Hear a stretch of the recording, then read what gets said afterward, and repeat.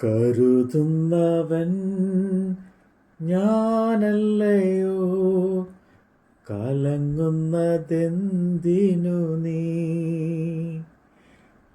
കണ്ണുനീരിൻ്റെ താഴ്വരയിൽ കൈവിടുകയില്ല ഞാൻ നിന്നെ.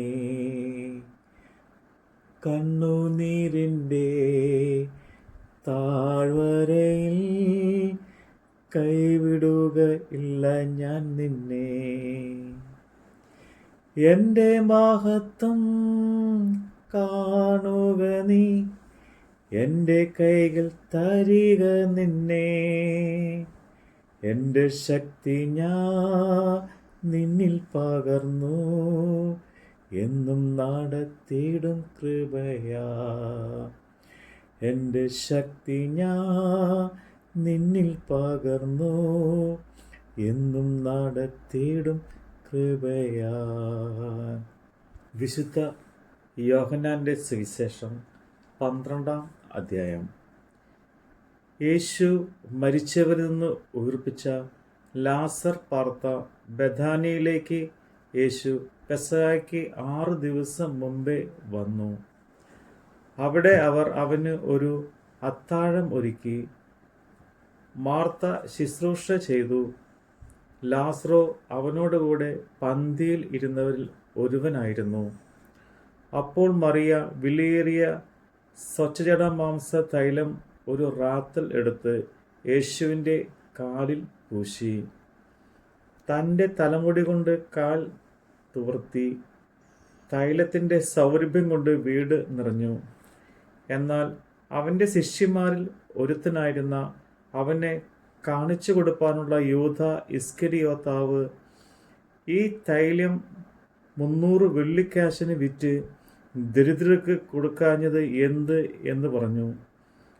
ഇത് ദരിദ്രന്മാരെക്കുറിച്ച് വിചാരമുണ്ടായിട്ടല്ല, അവൻ കള്ളൻ ആകൊണ്ടും പണസഞ്ചി തൻ്റെ പക്കലാകിയാൽ അതിൽ ഇട്ടത് എടുത്തു വന്നതുകൊണ്ടും എത്രേ പറഞ്ഞത്. യേശു അവളെ വിടുക, എൻ്റെ ശവസംസ്കാരത്തിനായി അവൾ ഇത് സൂക്ഷിച്ചു എന്നിരിക്കട്ടെ. ദരിദ്രന്മാർ നിങ്ങൾക്ക് എല്ലായ്പ്പോഴും അടുക്കെ ഉണ്ടല്ലോ, ഞാൻ എല്ലായ്പ്പോഴും അടുക്കെ ഇല്ലാതാനും എന്ന് പറഞ്ഞു.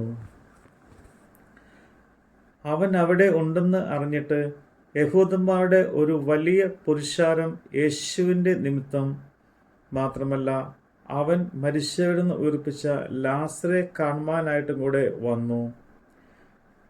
അവൻ ഹേതുവായി അനേകം യഹൂദന്മാർ ചെന്ന് യേശുവിൽ വിശ്വസിക്കിയാൽ ലാസറെയും കൊല്ലണമെന്ന് മഹാപുരോഹിതന്മാർ ആലോചിച്ചു.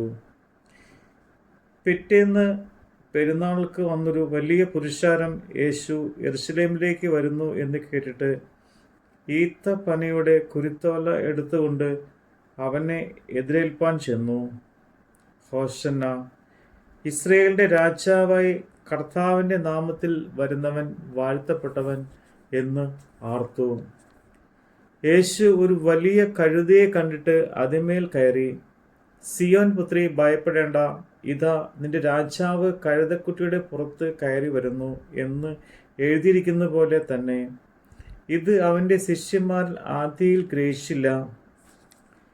യേശുവിന് തേജസ്കരണം വന്ന ശേഷം അവനെക്കുറിച്ച് ഇങ്ങനെ എഴുതിയിരിക്കുന്നു എന്നും തങ്ങൾ അവനെ ഇങ്ങനെ ചെയ്തു എന്നും അവർക്ക് ഓർമ്മ വന്നു. അവൻ ലാസറെ കല്ലറയിൽ നിന്ന് വിളിച്ച് മരിച്ചവരിൽ നിന്ന് എഴുന്നേൽപ്പിച്ചപ്പോൾ അവനോടുകൂടെ ഉണ്ടായിരുന്ന പുരുഷാരം സാക്ഷ്യം പറഞ്ഞു. അവൻ ഈ അടയാളം ചെയ്ത പ്രകാരം പുരുഷാരം കേട്ടിട്ട് അവനെ എതിരേറ്റ് ചെന്നു. ആകയാൽ പരീശന്മാർ തമ്മിൽ നമുക്ക് ഒന്നും സാധിക്കുന്നില്ലല്ലോ, ലോകം അവൻ്റെ പിന്നാലെ ആയിപ്പോയി എന്ന് പറഞ്ഞു. പെരുന്നാളിൽ നമസ്കരിപ്പാൻ വന്നവരിൽ ചില യവനന്മാർ ഉണ്ടായിരുന്നു. ഇവൻ ഗലീലയിൽ ബെത്സയിദക്കാരനായ ഫിലിപ്പോസിൻ്റെ അടുക്കൽ ചെന്ന് അവനോട്, യജമാനെ, ഞങ്ങൾക്ക് യേശുവിനെ കാണുവാൻ താല്പര്യമുണ്ട് എന്ന് അപേക്ഷിച്ചു. ഫിലിപ്പോസ് ചെന്ന് അന്ത്രയോസിനോട് പറഞ്ഞു. അന്ത്രയോസും ഫിലിപ്പോസും കൂടെ ചെന്ന് യേശുവിനോട് പറഞ്ഞു. യേശു അവരോട് ഉത്തരം പറഞ്ഞത്, മനുഷ്യപുത്രൻ തേജസ്കരിക്കപ്പെടുവാനുള്ള നാഴിക വന്നിരിക്കുന്നു. ആമേൻ ആമേൻ, ഞാൻ നിങ്ങളോട് പറയുന്നു, കോതമ്പും മണി നിലത്ത് വീണ് ചാകുന്നില്ല എങ്കിൽ അത് തനിയെ ഇരിക്കും. ചത്തു എങ്കിലോ വളരെ വിളവുണ്ടാകും. തൻ്റെ ജീവനെ സ്നേഹിക്കുന്നവൻ അതിനെ കളയും. ഇഹലോകത്തിൽ തൻ്റെ ജീവനെ പകയ്ക്കുന്നവൻ അതിനെ നിത്യജീവനായി സൂക്ഷിക്കും. എനിക്ക് ശുശ്രൂഷ ചെയ്യുന്നവൻ എന്നെ അനുഗമിക്കട്ടെ. ഞാൻ ഇരിക്കുന്നിടത്ത് എൻ്റെ ശുശ്രൂഷകനും ഇരിക്കും. എനിക്ക് ശുശ്രൂഷ ചെയ്യുന്നവനെ പിതാവ് മാനിക്കും. ഇപ്പോൾ എൻ്റെ ഉള്ളം കലങ്ങിയിരിക്കുന്നു. ഞാൻ എന്തു പറയേണ്ടു? പിതാവേ, ഈ നാഴികയിൽ നിന്ന് എന്നെ രക്ഷിക്കണമേ. എങ്കിലും ഇതു നിമിത്തം ഞാൻ ഈ നാഴികയിലേക്ക് വന്നിരിക്കുന്നു. പിതാവേ, നിന്റെ നാമത്തെ മഹത്വപ്പെടുത്തണമേ. അപ്പോൾ സ്വർഗത്തിൽ നിന്ന് ഞാൻ മഹത്വപ്പെടുത്തിയിരിക്കുന്നു, ഇനിയും മഹത്വപ്പെടുത്തും എന്നൊരു ശബ്ദമുണ്ടായി. അത് കേട്ടിട്ട് അരികെ നിൽക്കുന്ന പുരുഷാരം ഇടി ഉണ്ടായി എന്ന് പറഞ്ഞു. മറ്റു ചിലർ, ഒരു ദൈവദൂതൻ അവനോട് സംസാരിച്ചു എന്ന് പറഞ്ഞു.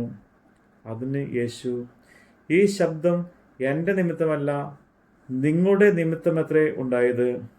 ഇപ്പോൾ ഈ ലോകത്തിൻ്റെ ന്യായവിധി ആകുന്നു. ഇപ്പോൾ ഈ ലോകത്തിൻ്റെ പ്രഭുവിനെ പുറത്ത് തള്ളിക്കളയും. ഞാനോ ഭൂമിയിൽ നിന്ന് ഉയർത്തപ്പെട്ടാൽ എല്ലാവരെയും എങ്കിലേക്ക് ആകർഷിക്കും എന്ന് ഉത്തരം പറഞ്ഞു. ഇതു താൻ മരിപ്പാനുള്ള മരണവിധം സൂചിപ്പിച്ച് പറഞ്ഞതത്രേ. പുരുഷാരം അവനോട്, ക്രിസ്തു എന്നേക്കും ഇരിക്കുമെന്ന് ഞങ്ങൾ ന്യായപ്രമാണത്തിൽ വായിച്ചു കേട്ടിരിക്കുന്നു. പിന്നെ മനുഷ്യപുത്രൻ ഉയർത്തപ്പെടേണ്ടത് എന്ന് നീ പറയുന്നത് എങ്ങനെ? ഈ മനുഷ്യപുത്രൻ ആർ എന്ന് ചോദിച്ചു. അതിന് യേശു അവരോട്, ഇനി കുറെ കാലം മാത്രം വെളിച്ചം നിങ്ങളുടെ ഇടയിലിരിക്കും. ഇരുൾ നിങ്ങൾ പിടിക്കാതിരിപ്പാൻ നിങ്ങൾക്ക് വെളിച്ചം ഉള്ളിടത്തോളം നടന്നുകൊള്ളുവിൻ. ഇരുളിൽ നടക്കുന്നവൻ താൻ എവിടെ പോകുന്നു എന്ന് അറിയുന്നില്ലല്ലോ. നിങ്ങൾ വെളിച്ചത്തിൻ്റെ മക്കൾ ആകേണ്ടതിന് വെളിച്ചം ഉള്ളിടത്തോളം വെളിച്ചത്തിൽ വിശ്വസിപ്പീൻ എന്ന് പറഞ്ഞു. ഇത് സംസാരിച്ചിട്ട് യേശു വാങ്ങിപ്പോയി അവരെ വിട്ട് മറഞ്ഞു. അവർ കാണുകെ അവൻ ഇത്ര വളരെ അടയാളങ്ങളോ ചെയ്തിട്ടും അവർ അവനിൽ വിശ്വസിച്ചില്ല. കർത്താവെ, ഞങ്ങൾ കേൾപ്പിച്ചത് ആര് വിശ്വസിച്ചിരിക്കുന്നു?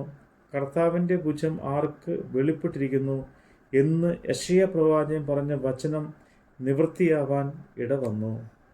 അവർക്ക് വിശ്വസിപ്പാൻ കഴിഞ്ഞില്ല.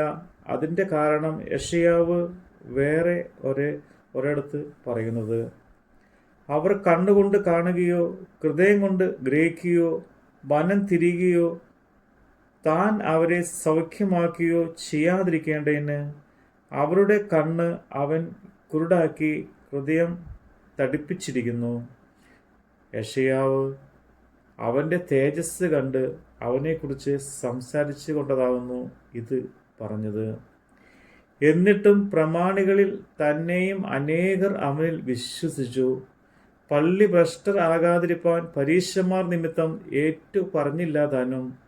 അവർ ദൈവത്താലുള്ള മാനത്തേക്കാൾ മനുഷ്യരാലുള്ള മാനത്തെ അധികം സ്നേഹിച്ചു. യേശു വിളിച്ചു പറഞ്ഞത്, എന്നിൽ വിശ്വസിക്കുന്നവൻ എന്നിലല്ല, എന്നെ അയച്ചവൻ തന്നെ വിശ്വസിക്കുന്നു. എന്നെ കാണുന്നവൻ എന്നെ അയച്ചവനെ കാണുന്നു. എന്നിൽ വിശ്വസിക്കുന്നവൻ ആരും ഇരുളിൽ വസിക്കാതിരിപ്പാൻ ഞാൻ വെളിച്ചമായി ലോകത്തിൽ വന്നിരിക്കുന്നു. എൻ്റെ വചനം കേട്ട് പ്രമാണിക്കാത്തവനെ ഞാൻ വിധിക്കുന്നില്ല. ലോകത്തെ വിധിപ്പാനല്ല, ലോകത്തെ രക്ഷിപ്പാനത്രേ ഞാൻ വന്നിരിക്കുന്നത്. എൻ്റെ വചനം കൈക്കൊള്ളാതെ എന്നെ തള്ളിക്കളയുന്നവരെ ന്യായം വിധിക്കുന്നവൻ ഉണ്ട്. ഞാൻ സംസാരിച്ച വചനം തന്നെ ഒടുക്കത്തെ നാളിൽ അവനെ ന്യായം വിധിക്കും.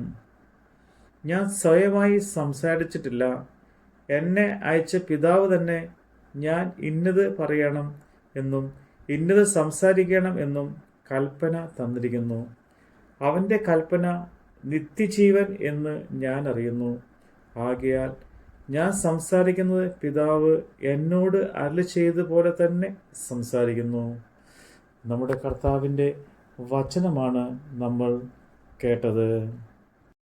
എല്ലാവരും നിന്നെ മറന്ന ഞാൻ നിന്നെ മറന്നിടുമോ?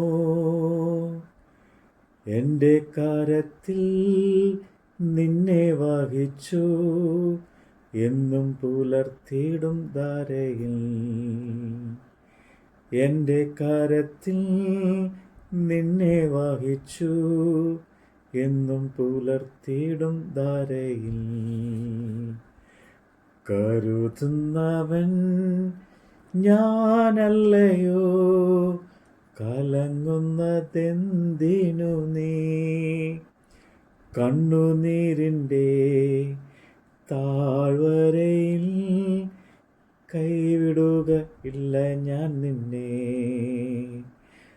കണ്ണുനീരിൻ്റെ താഴ്വരയിൽ കൈവിടുക ഇല്ല ഞാൻ നിന്നെ.